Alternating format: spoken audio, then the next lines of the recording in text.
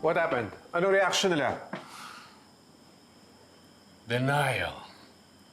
Looking desperate in their attempt na panindigan ang kanilang kasinungalingan. Bakit di mo pa kasi inuwi si Celestina? Firstly, her name is Florence. Anong tingin na magre-respond siya sa pangalang Celestina?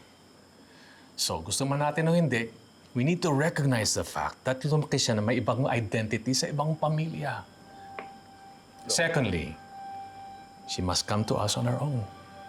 Dapat kuso siyang lumapit sa atin. Dahil kapag pinilit natin siya, lalo lang siya magre-resist na magiging almero.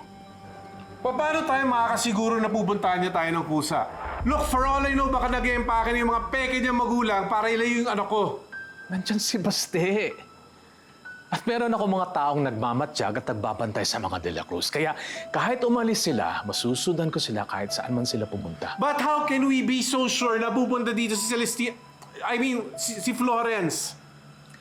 Florence is a very smart girl. Alam niya what is at stake here. I think she can figure it out on her own. The moment she realizes the consequences of the things na ginagawa ng mga magulang na kinikilala niya, she will make the right decision for everybody. Paano kung hindi niya gawin? Paano kung hindi siya magpunta dito? Wala siyang pwedeng pagtaguan.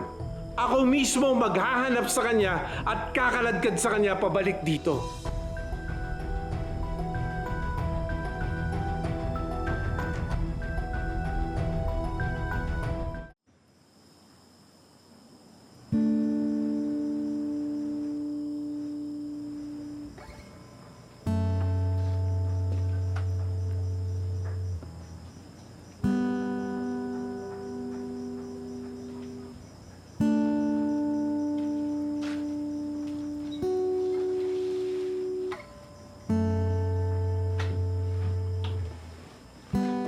Florence?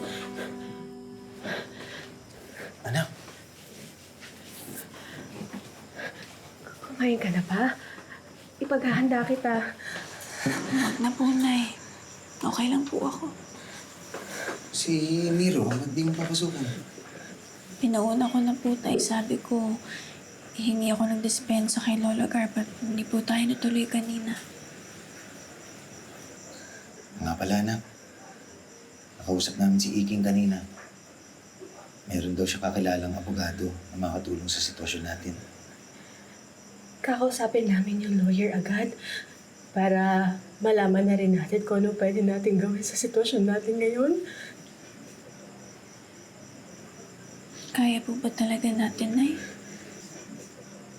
Kaya po ba nating magbayad ng abogado? Narinig mo naman sinabi ni Don Rogelio kanina, di ba? Hindi daw sila titigil hanggat hindi ka nila nakukuha. Hindi naman kami basta-basta papayag, anak. Hindi kita katuko. Pero anak pa rin kita. Iisang pamilya tayo. Kadugtong ka ng puso namin. Hindi ko kakayanin. Napapayag na lang ako na kukunin ka basta-basta. Nay, hayaan niyo na po. Ako na munang kakausap sa kanya. Ako na po muna kakausap kay Lola Roger.